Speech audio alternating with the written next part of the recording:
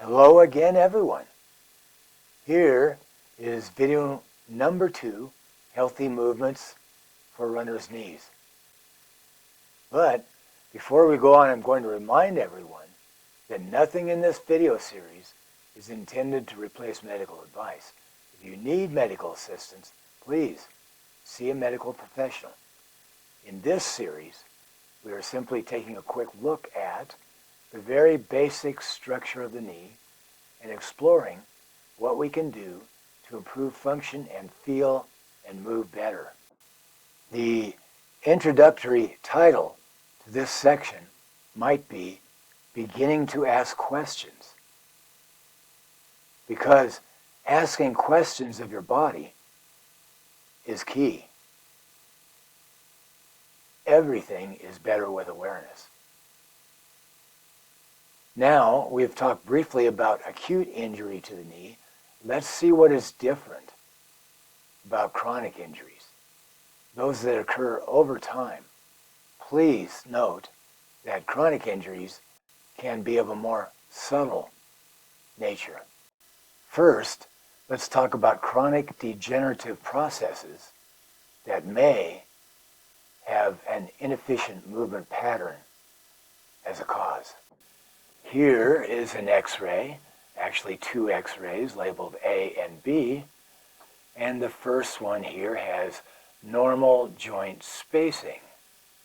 You can see there's a space between the bones here, normal cartilage, normal joint spacing.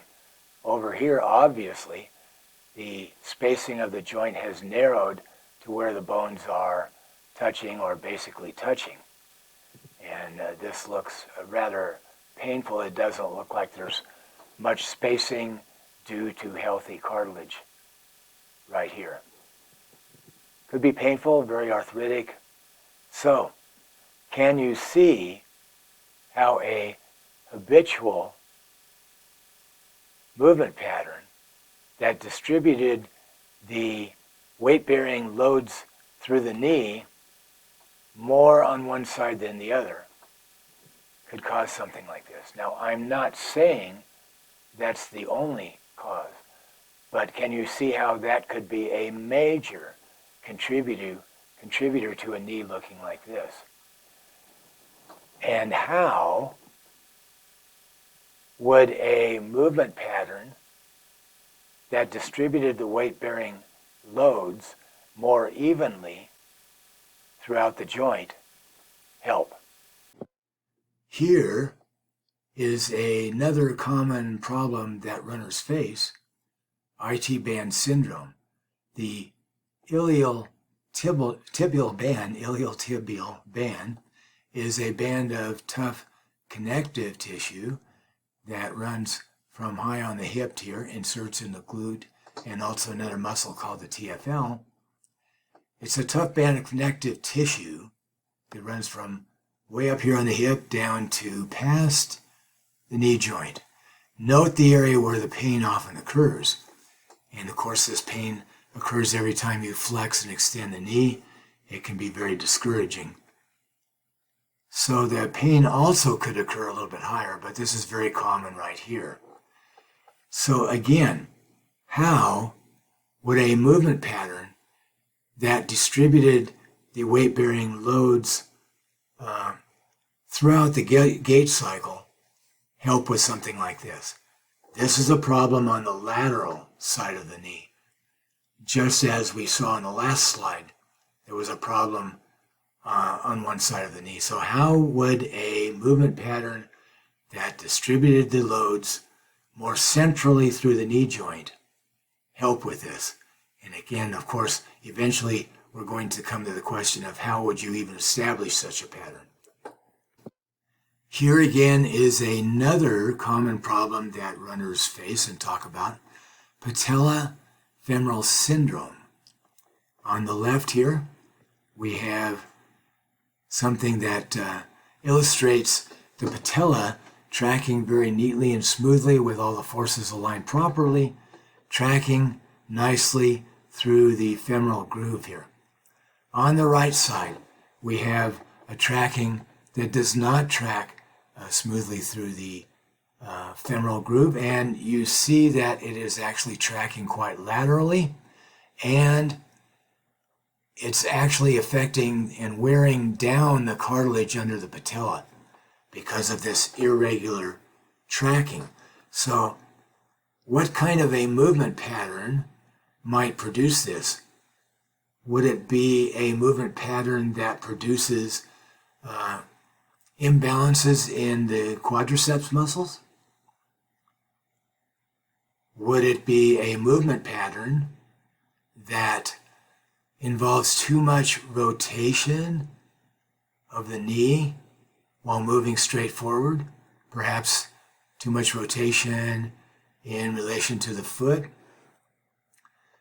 How would you produce that pattern? If you're going to ask yourself, how would you produce a pattern that looks and feels like this? Good question. Here is yet one more problem that might occur with the knee, and we have the circular pattern of the meniscus on the inside and the outside of the knee, and you can see how it helps the condyles of the femur align accurately, and how it provides more protection for the knee between the bone and bone surfaces. And here this little red mark indicates a tear. Can you see how you could habitually have a movement pattern that would help produce this tear? Of course, this could be produced pretty quickly with just one movement. But we're talking about chronic injuries here. So can you see how over time you could have a movement pattern that might produce this kind of wear on the meniscus? Of course, I haven't mentioned everything, but enough to give you the idea of some of the things that runners or hikers might encounter.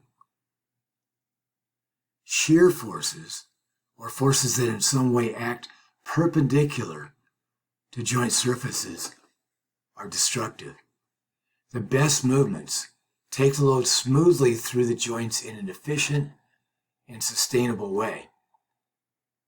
As stated above, everything is better with awareness. In the next video, now that we have at least a basic understanding of the knee joint and its function, we can begin to look at solutions. What can we do to make things better? So I'm excited to get into the how to improve section of this series next time. If you got any value from this video, please hit the like button and subscribe. That will help the channel grow, and it will be much appreciated.